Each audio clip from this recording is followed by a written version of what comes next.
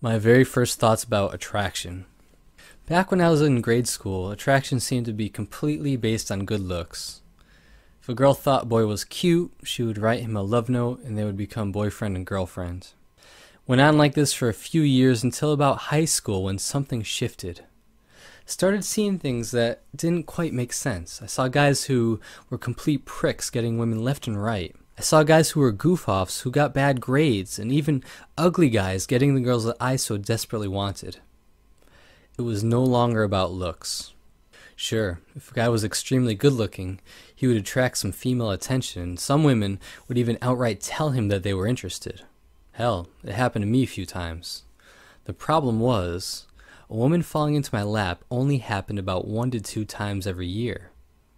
I thought long and hard about why this was, and the more I thought about it, the more confused I became. Was it their sculpted, muscular bodies? Nope. Saw plenty of guys with huge muscles without girlfriends. Was it their intelligence? Nope.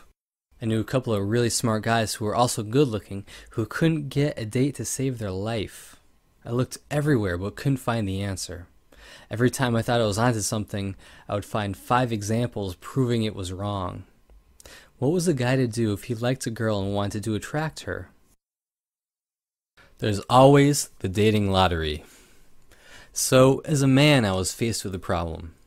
I realized that if I wanted to have more than 1 to 2 opportunities to go on a date each year, then I had to become really good looking overnight or become a rock star. Actually, there was one other option. I realized I could get proactive about the whole thing and start approaching women.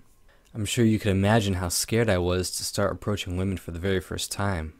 I still had trouble speaking up to answer a question in class, never mind approaching a girl I'd never met before and trying to get a date with her.